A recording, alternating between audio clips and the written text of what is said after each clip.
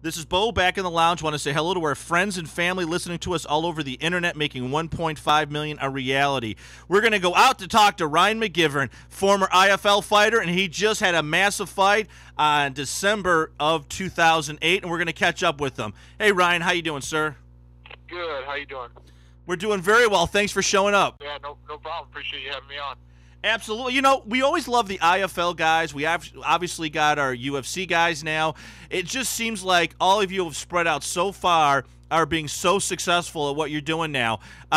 You know, it had to feel pretty good to get that win under your belt. Yeah, absolutely. You know, good to get back in there, and you know, I know this year it's kind of been hasn't been as busy, especially with the IFL schedule we used to have and things. You know, but kind of nice just to get a little time to kind of train and you know, work on things and stuff. So you know, things are going well.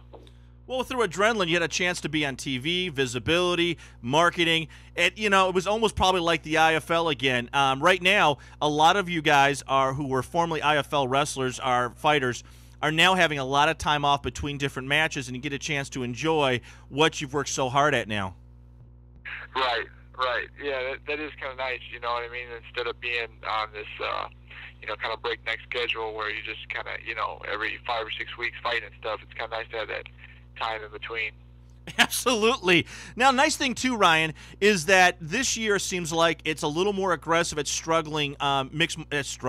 at setting up mixed martial art competitions. Strike Force. I mean, it just seems like the UFC is doing well. There's a lot more opportunities for you to go in any direction at this particular point. So, what is going on in Ryan's world? You know, just been you know, talking some things over with my manager, with Monty Cox and things, and just kind of, you know, seeing what's best. I think you know, probably looking to do you know, a show or two just to kind of like get back in the get back in the ring, get the ring rust off of things, and then looking at opportunities. You know, whether those opportunities be, you know, in a bigger show like Strike Force or you know, something like that. I don't know. You know, I know he's kind of connected into all kinds of different venues and stuff, and you know, kind of helps do the matchmaking and stuff. So really, just kind of see how the next couple fights go and see what you know, what opportunities are out there, and just, you know, just keep getting training and be ready for them. You know, the nice thing that you have is that Monty has got an awesome reputation. Even people who really only deal with them through their other agents really enjoy working with him. He's straightforward. He gets things going. When he sets a date line, it usually comes through. It's got to feel pretty good to have that representation for yourself. Oh, absolutely. Yeah, he I mean, you know, he's kind of the guru of MMA, really. I mean, he you know, he's been around. He knows the business so well, and like you said, I mean, his reputation and things is just you know, is excellent. So it's great to have that kind of representation. Absolutely. Now, the one disadvantage of not being around the IFL is you know your schedule. Right now, you're kind of up in the arms that you're probably going to have 2 fights this year, but you're not sure when they're going to show up. We know there's scuttlebutt out there where you're going to fight at. What is really, you know, that's long-reaching? We got Strike Force that's going to have a couple fights this year. But what is really on the horizon that you see that might actually work out, or you can't go into it right now?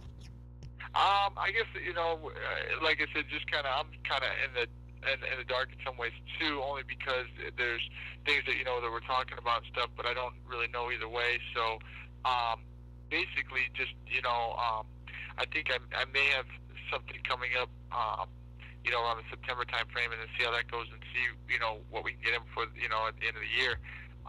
But the nice thing is, you know, in our gym, just getting people ready for fights. You know, we always seem to have somebody fighting in some type of venue, and so it's been good just helping other guys get ready, and at the same time keeping in shape, and you know, and working on things myself and stuff. So you know, I think, you know, whatever we kind of lock in, I think I'll definitely be, you know, ready to go, and you know, so looking forward to those opportunities.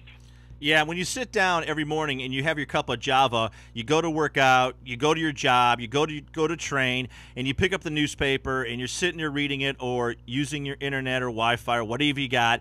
you start going through some of the news as far as mixed martial arts, another reason it's got to feel good is that the level of competition and the stars of the former IFL are now, I mean, Vladimir's wrestling in a brand new card. Affliction, even though they were canceled, looks like they're going to try to put something together. Strikeforce has got a bunch of guys. King of the Cage has got a bunch of guys from IFL.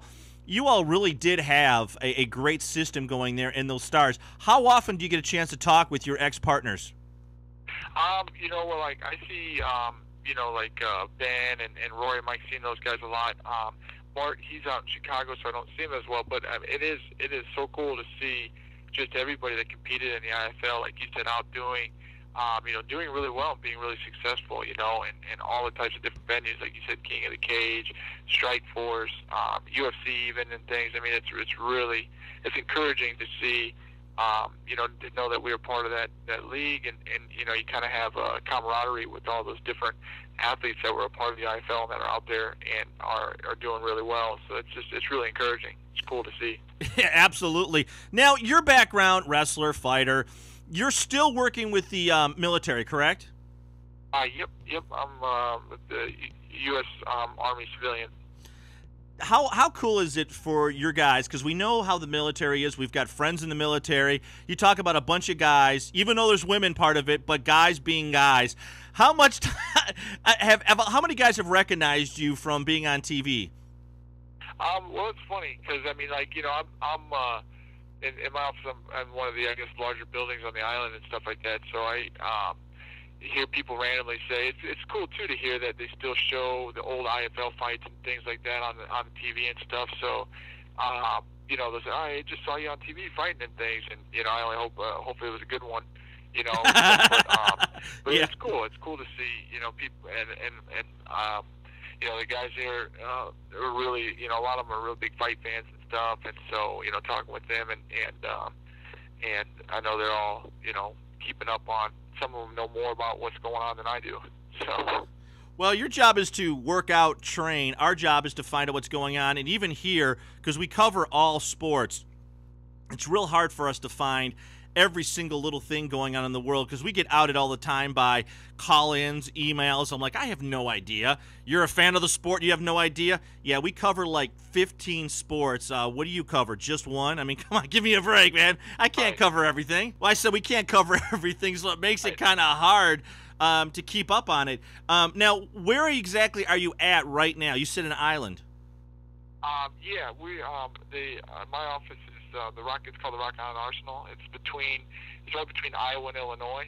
It's considered part of Illinois, I guess, but it's like a small island, like right on the Mississippi River. That's got to be kind of cool. In the wintertime, it's got to be not cool, but as far as summer. Cool.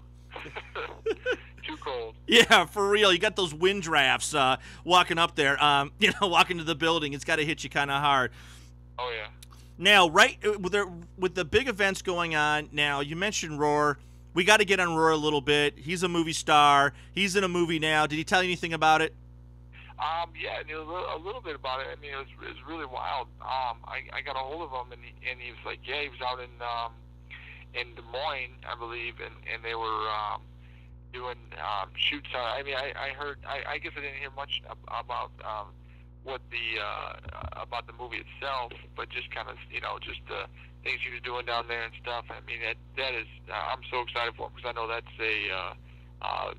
one of his dreams and something he's worked hard about and wants to pursue. And I know that's a great opportunity for him out there and stuff. But I actually looked up some information on it, like on IMDb, and I saw like, wow, it's pretty cool to see him be a part of that stuff. So. Oh hell yeah, we got to get you some love. We really should have brought you for a cameo as a bad guy. You got to get your hair get a little longer. Got to put some tattoos on your face. I think it would work out really good for you. Yeah, I think we could put some fake tattoos, but I don't know if we have any hope of my hair getting any longer. Absolutely. Ryan, we're going to stay in touch. We're going to check it out because September's coming up quick. We'd like to find out more about that event coming up. If anything happens, let us know. We'll get you back on. That sounds great. Hey, I appreciate it. You having me on. Hey, Ryan McGivern, former IFL star, now a star in every other league. Hopefully we're going to see him on Strikeforce or UFC real soon, and we're going to see a weight belt around him very shortly. Thanks a lot, Ryan. Hey, thanks very much. You have a great morning. You too. We're off the air. All right.